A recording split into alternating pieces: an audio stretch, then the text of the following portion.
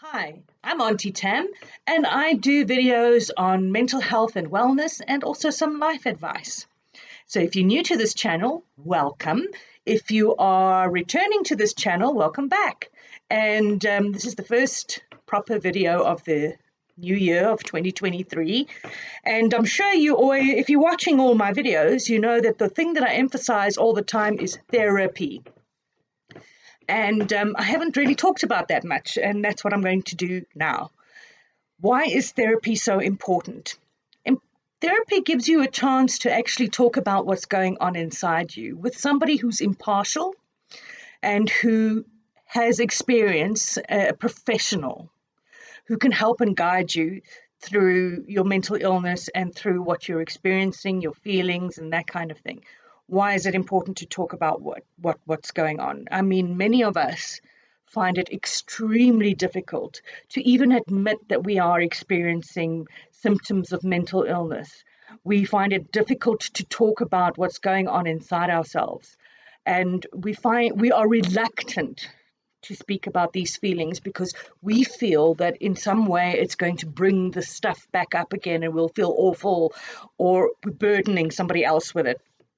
And this is not the case if you are going to be seeing a therapist. They are trained to take on and listen to and hold space for you while you unpack what's going on in your life and what's going on in your mind. And you can discuss what you are experiencing. You might not feel like you want to go to therapy, but I can assure you that going to therapy is actually one of the best steps you can take towards your healing and growth.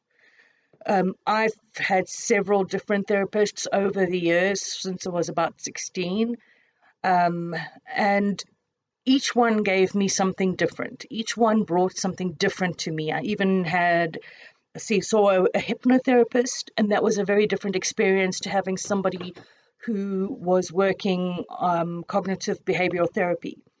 So it's important to express what's going on. And contrary to what we may believe, that talking about it is going to make it worse, talking about it actually makes things better because you're expressing it. It's no longer just living inside you anymore. It's now found a space outside you. It doesn't have to live within you anymore.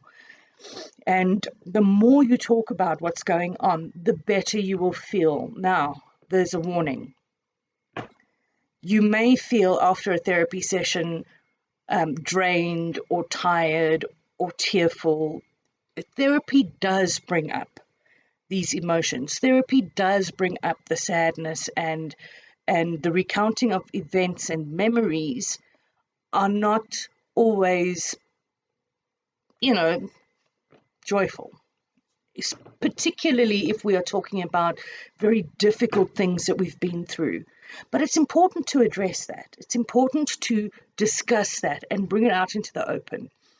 Many people have never had the opportunity to do that. And I feel that, okay, I'm going to go on a little tangent here, but I do feel that a lot of mental wellness programs are being neglected in South Africa. I feel that a lot of people who are experiencing mental health issues feel uncomfortable getting help or aren't even aware that they have mental health issues. And that is something that I think that at a later date, which I don't know if I'll do a video on or not, but that is something that we need to address as a community, as a group, as citizens, as people.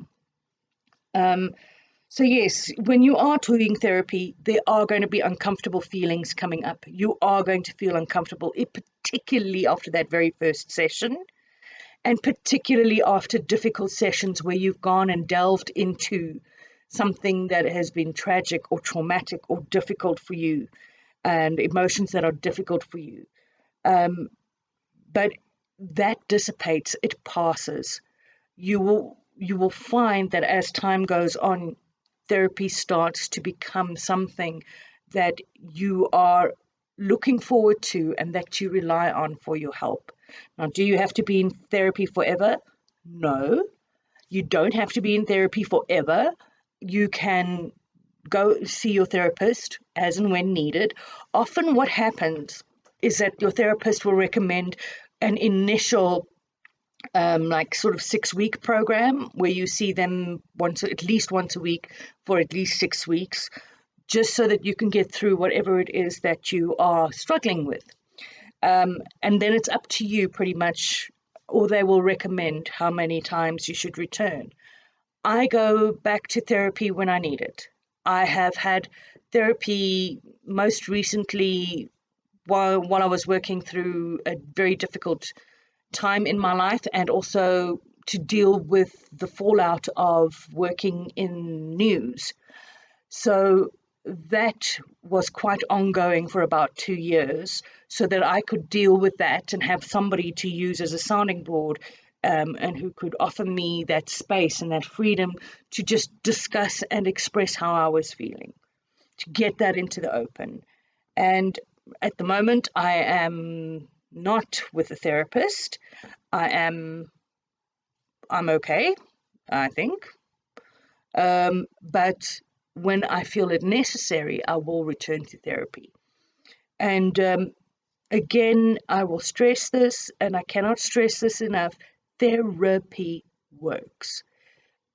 If you have a spiritual counselor, by all means, and you trust them, go to them. But if your counselor is telling you that your mental illness is the result of being demonically possessed, or a curse, or from the devil, or because your chakras are not balanced, run. Fucking run. Because mental illness does not come from the devil. Mental illness does not come from demonic possession. It is a chemical or physical illness. And many of us have been born with a proclivity to certain mental illnesses. Others of us have developed mental illnesses due to the circumstances in our lives. So, seriously, devil, find a new therapist if that's the case. What you need to look for in a good therapist is somebody who you feel comfortable with. This person mustn't intrude on your life in any way. So if they start going out of their way and creating sort of finding you a job and finding you a this, and they need to be neutral. They need to be out of your life. They cannot intrude on your life. And my friend Shanta, who is a therapist, one of the things that she said to me, which has stayed with me, is find a therapist who thinks like a detective, because their job is to find out what's happening in your life so that they can help you best, rather than just throwing advice and things at you. They need to think like a detective. Your therapist is not your friend. Important. They are not your friend. It's easy to develop that connection with somebody. It's easy to feel like that person is a friend, but they are not actually your friend. They're not somebody you hang out with. It's important to remember that there needs to be that boundary between you and your therapist. So I hope that this has been helpful. If you have any questions about therapy or therapists, I know this was a very quick, short introduction, but if you want me to do another longer video, let me know. If you have anything to say about therapy or therapists, please comment below and let me know what you're thinking. Have a good day.